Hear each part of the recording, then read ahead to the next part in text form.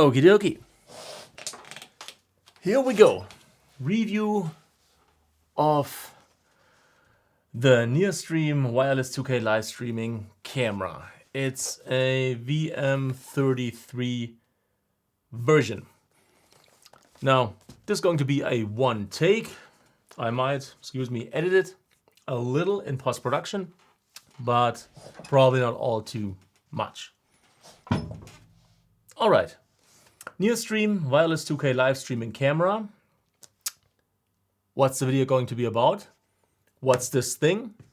How can you use it in an array of multiple cameras? How do you set up a multicam live streaming scenario, which is what we're going to do in this video? What do you get in the box? How does the app work? And yeah, what's a viable scenario like with 3 cameras? We're going to take a look at all of this. First of all, what do you get when you buy one of these? Let's check it out. Nice. There we go. Orange box. We get a USB-C to USB-C cable with a USB-C to USB-A adapter for power delivery. And we get a huge camera. More on that in a moment. What else do we get? We get a warranty card, a user manual, and a quick setup guide, a quick start guide for the app. We're gonna take a look at that later. First of all, let's check this thing out. And let's get rid of this for a moment. Now check it out. Wow. That thing is much bigger than I did expect. I mean, this looks like an action cam that would fit perfectly into the palm of your hand. But this is how big this thing is. Overall though, it's an excellent form factor for portable multicam live streaming because this is not too big to be cumbersome. So these things, and neither is it too heavy. So these things are basically the perfect size, also considering the extreme zoom capability they offer for rigging them and for transporting them. Overall, very nice design, pretty sleek design. We got a directional mic on top with a camera in front with a status indication LED right here and some more status indication battery life status indication LEDs right here, a 3.5mm input, a reset button, USB-C for power delivery or USB-C audio, and micro SD card slot, and of course the on-off button. On the bottom, a single 1/4" mount and nice rubber padding, so whatever QR plate you attach to this thing, it's gonna stick and stay in place. We're gonna take a look at the capability of these cameras in a moment. NearStream were good enough to not only give me one, but 3.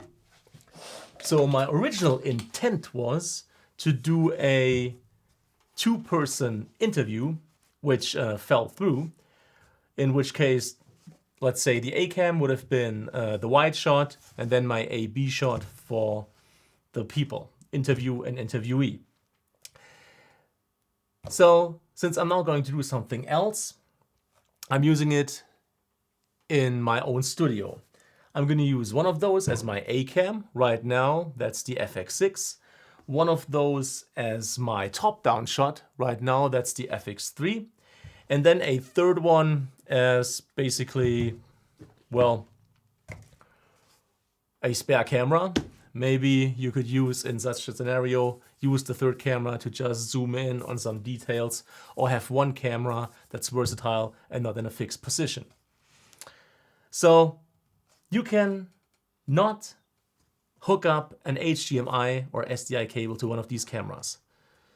So you cannot feed what they're recording to an external monitor. It's only Wi-Fi that this signal is being transmitted. What you can do is have each device record to an internal micro SD card. Or a micro SD card, I should say. It's not internal. You can add it and take it out. which is what I'm going to do later on when I'm going to switch to these cameras away from the FX6 and FX3 to give you an idea of audio and video quality. The first thing we have to do is connect this to a mobile device via Bluetooth. Now, since this is multi-camera streaming, the bigger the screen of the device, the better. You could technically use a phone, but it's, well, a pretty small screen for a multi-view of 3 or 4 cameras. So I'm using a rather big tablet right here. This is a Samsung Galaxy S8 Ultra Plus, whatever. So it's a pretty big tablet, and it's perfect, or a tablet is perfect for a setup with these NearStream cameras. By the way, they go up to 4K internal recording and up to Full HD 60p for streaming. So the first thing, as I said, is to connect all of those to the device you want to use to operate via Bluetooth. First of all, we need to turn all of those on. So push hold the button until you hear the beep. Then they should automatically output Bluetooth. Then let's enter the tablet. There we go. Had to hook it up to a power source because I'm also going to record the screen of my tablet so I can show you exactly what's going on. I've already downloaded the NearStream app, so let's open that up. Welcome to NearStream.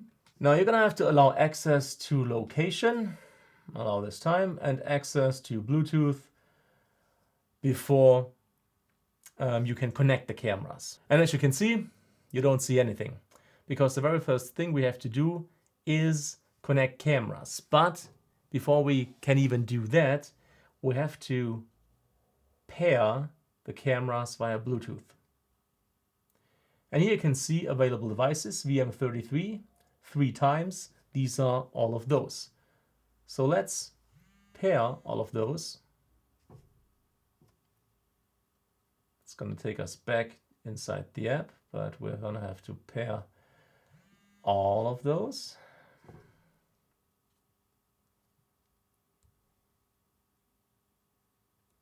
And the third one. There we go. Now all of the cameras have paired to the tablet via Bluetooth. Let me slide this over here. And now we can start adding them. On the left side, on the bottom, there is a plus icon with the orange color. And now we can add an asset. Cameras qualify as an asset, as do multi-view camera shots, graphics, picture-in-picture, and audio, which is background audio, which is pretty cool. I haven't seen that yet. More on that in a moment. All right, now we can add different assets. Cameras, of course, is one class of assets. Then there's multi-view, graphics, picture-in-picture, and audio, which is background audio, which is a feature I haven't seen yet. More on that in a moment. More on all of those in a moment. Let's start. First things first, let's add a camera. And we can already see it recognized all 3 cameras. My 26, which is going to be my top-down shot, my 63, which is going to be my A-cam, and my 34, which is going to be my spare camera, I guess. We can see what, we can see the name of the cameras, we can see what wireless network they're connected to. They're all connected to mine. That's one of 2 options. More on that in a moment. And you can see the battery. Around 75 to 70%. Now I've already run them for more than an hour, so I would assume that an hour of use roughly takes care of 25% of the battery life. So battery alone should give you around 4 hours. Recording and streaming. Around that. Of course, you could hook up all these to like super huge power banks and potentially run them for much longer than 4 hours. But on battery, they're going to run, I think, about 4 hours. Now, let's connect each camera. Let's start with the 63, my A-cam. Then let's connect the 26 and let's connect the 34. Now this went super smoothly because I have already connected them to my wireless network. If you set this up for the first time, you're going to have to individually connect all cameras to your home Wi-Fi and enter your Wi-Fi password 3 times. I've already done that, so connecting was quite easy and quite fast. Now I can just tap done. And there are my feeds. Look at that. Okay. Now on the left side, camera feeds. On the right side, my main preview. Bottom right, all the audio that's coming in from the internal mics of these cameras. Now, actually, let's set those up. Let's attach a QR plate to my A-cam and my top-down shot. And let's put that cam like right here.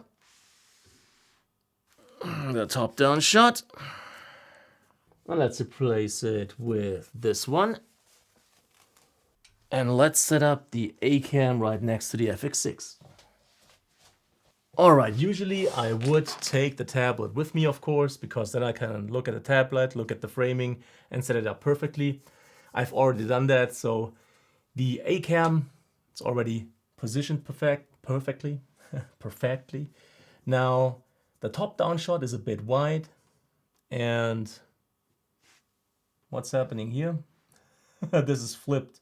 Okay, so basically I've got an A-cam now, I've got a top-down shot and a spare cam.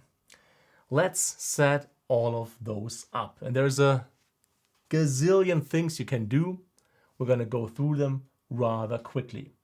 First thing we're going to do is set up all the angles. Then what we're going to do is set up the audio. And then what we're going to do is add additional assets. And in total, that should give you a very good idea of what you can do, which is a lot. But before, I'm going to go into the record menu. On the right side, on the top, you can see a button for live and a button for record. Let's hit that for record. Now you can record to mobile or each of the cameras individually.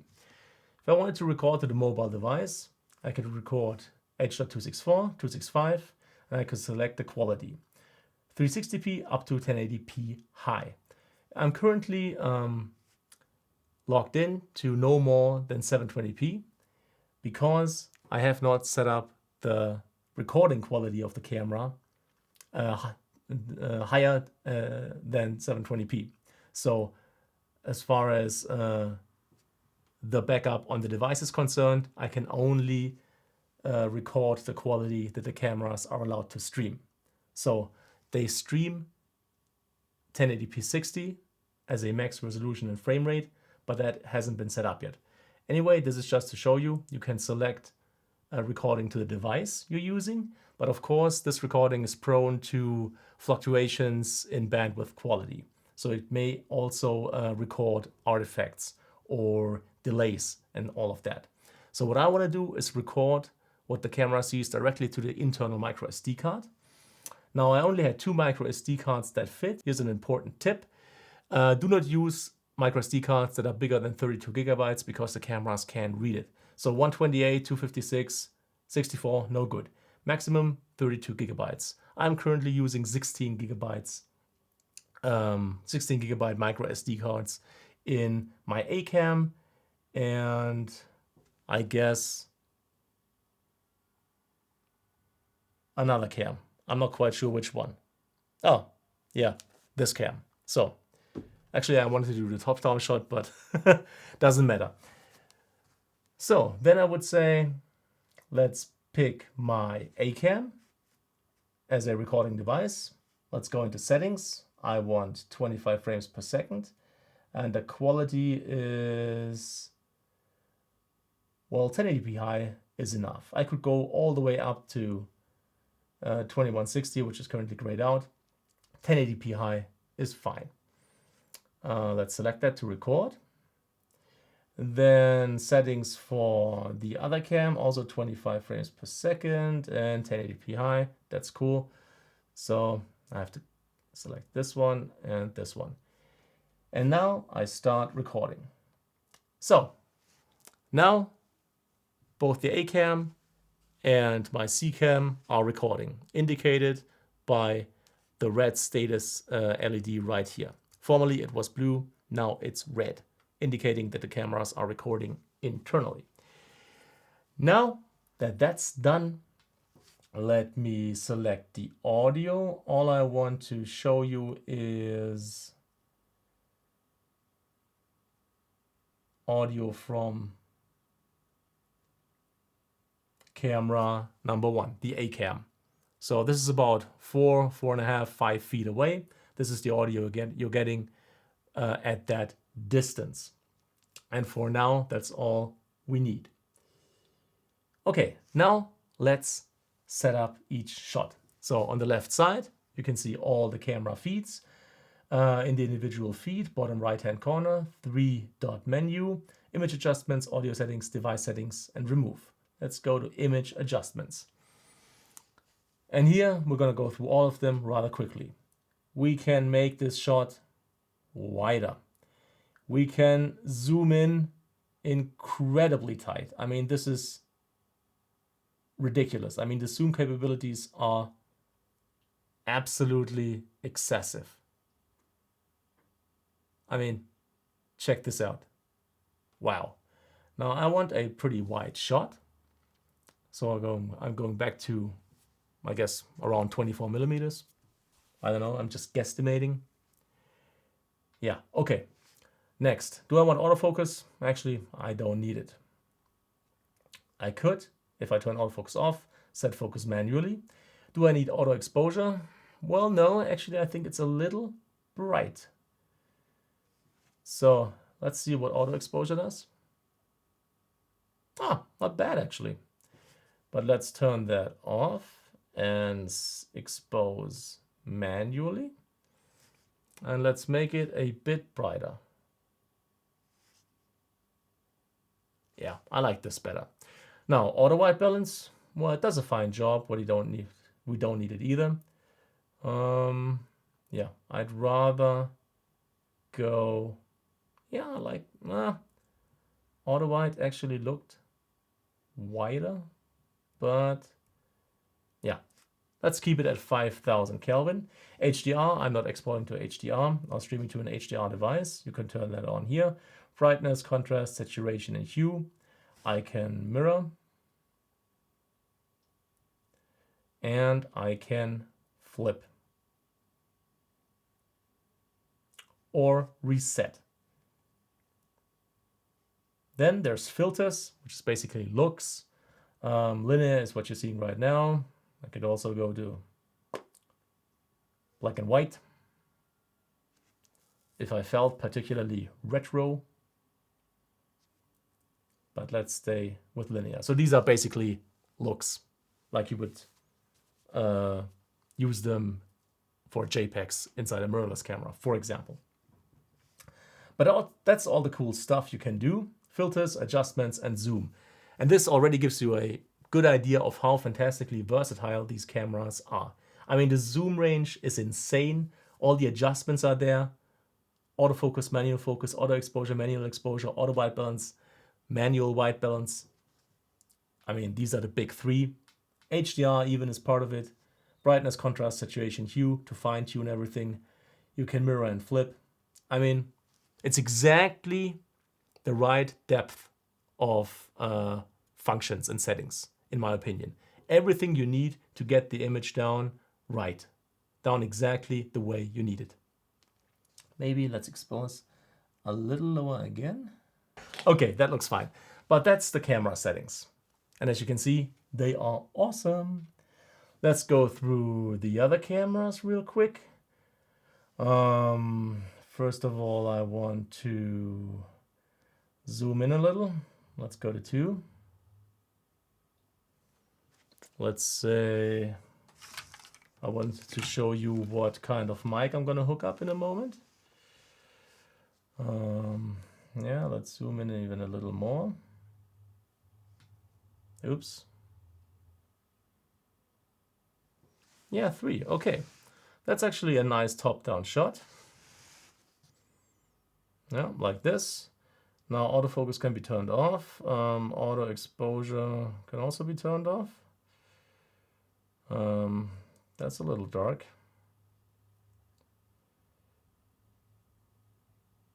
That's good. Auto white balance turned off. Let's go to 5000. The hue is a bit off, but yeah. Can we dial that in?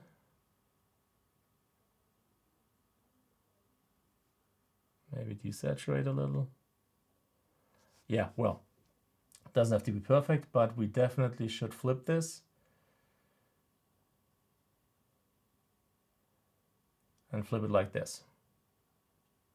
Yeah, excellent. Okay.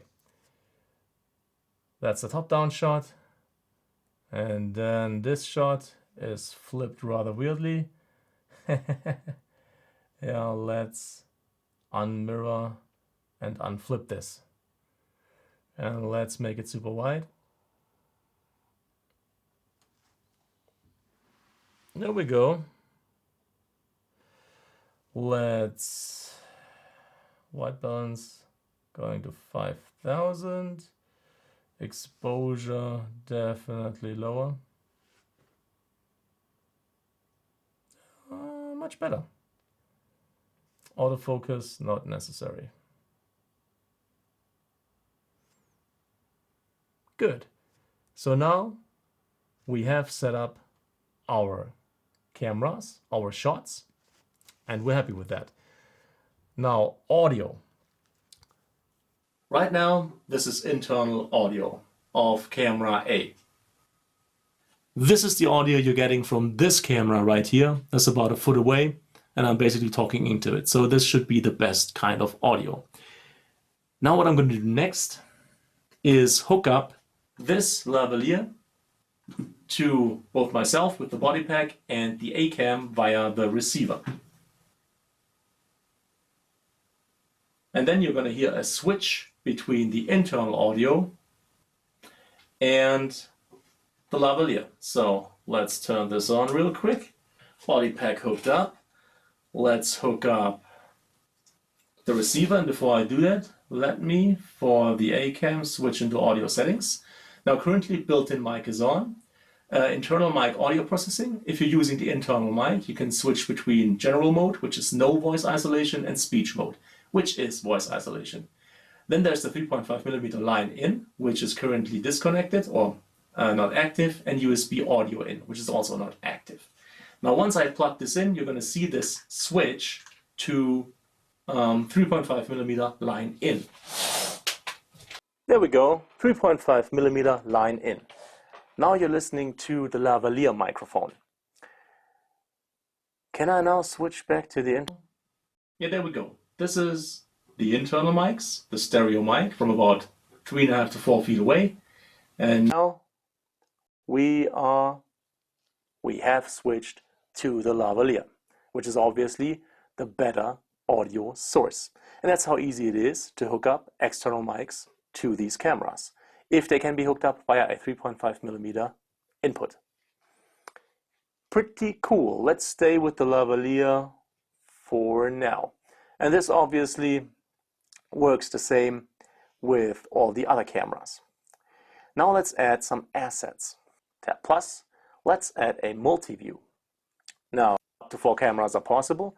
I only have 3, so let's start with a B view, and I like the left one better because it shows the whole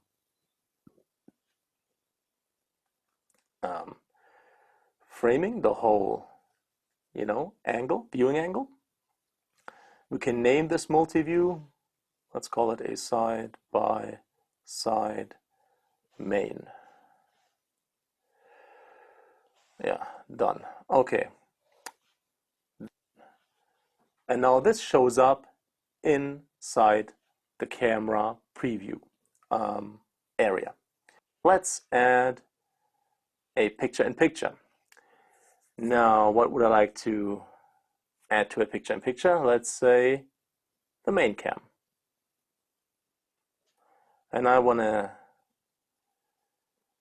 source it from the A cam, and I can position it. There we go. That's where I would like to position it. Then I can change the size. Obviously, I want it as small as possible. That's enough. And I can change the stroke color and stroke size. All right, there we go. And I can reset the whole thing. But that's a picture-in-picture. Done. So we got a picture-in-picture. Let's say I have my top-down shot and I want my A cam as a picture-in-picture. This is how easy to turn that on and off. Let's add graphics. Full screen overlay, lower third, over the shoulder, or corner bug. Let's just do one of those. Let's add a lower third. That's an upper third. I can change the text color, have a background image, have a single line or dual line format. Text color should probably be black. That's cool. I don't need an image.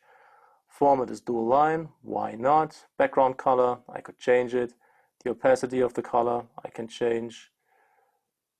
Let's make it a little opaque. I can choose another background image. Horizontal left, I would say that's good. Vertical bottom. Yeah, that makes sense. Then tab here. Ah, I see. Okay. Okay, this is not super intuitive. Let's make it a two-line thing, and let's add videographer down here.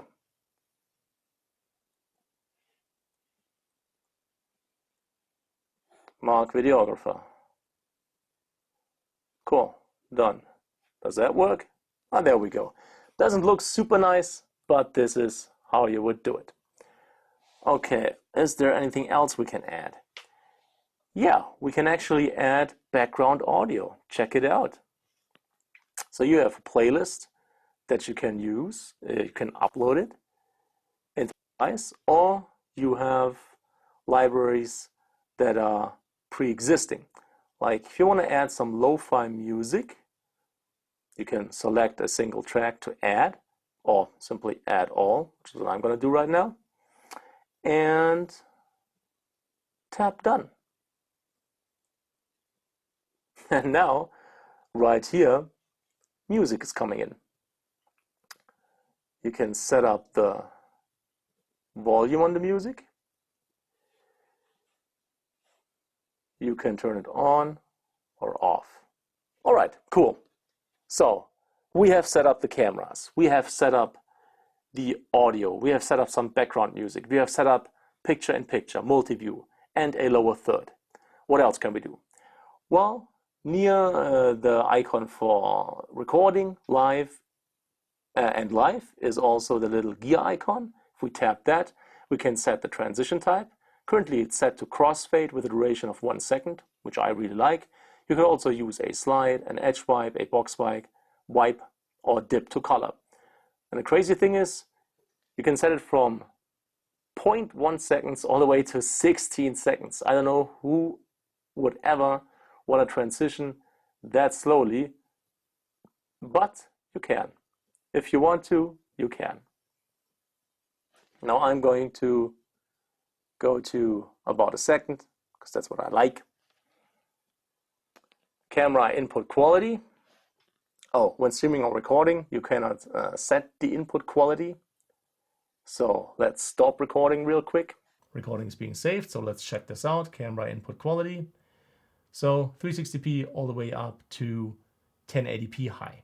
Changing these settings will cause all the cameras to be reconnected, so I'm not doing that. But this is where you could set it up. Video source latency. So high latency if you have a very slow Wi-Fi network. Low latency if you have a very high quality, reliable, and fast Wi-Fi network. I'm using standard latency, so this is what you've been looking at so far, and this is where I'm going to leave it at. Auto director, I'm not too sure about that. You can let the app itself decide when to cut and for how long to cut. And you can select the cameras for which you wanted to do that. There we go. Good enough. All right, and as you can see, we are smoothly transitioning 1 second at a time. Transitions don't work for multi-views. To and from the multi-view, no matter what transition you've set up, it won't transition, only in between the actual camera feeds. All right, there we go. I hope I gave you a good idea of what you can do with this system. It's super versatile. It's pretty easy to set up. I mean, you shouldn't arrive 5 minutes before the shoot, but if you're there an hour early, you set up your cameras, you set up your shots, your angles, your exposure, your focus, your white balance, you set up your audio, you set up your assets. It's pretty simple and straightforward, and it has exactly the right amount of settings to be able to perfectly dial in exactly the shots that you need. And then, given that you have a device with a nice screen size, with enough screen real estate, it's pretty easy to then go about and do your multi-camera live stream. Also, as I've already mentioned, the form factor of these things is pretty perfect, actually. They're not super tiny. They have some weight to them, so they stay in place, but they're not too heavy to be rigged in difficult situations and difficult positions. So overall, it's a very, very capable system. It has insane zoom capabilities. So even if you're in a very big room and you can't position the camera close to the subject, that zoom is going to be enough for, maybe not for stadium work, but for large interior spaces, no problem whatsoever. Yeah, that's it. If you liked the video, if you found it helpful, please make sure to leave a thumbs up. It's greatly appreciated. Any kind of comment or feedback is welcome, and I'll try to answer as quickly as possible. All the tech that I've used in this video is linked in the description. As always, thank you so much for your time. Thank you for watching, and hopefully, wait a minute. Of course, if you want to go live, this is where you tap, and then you can select YouTube, Facebook, Twitch, or completely do your own thing with RTMP. And that's it for this video.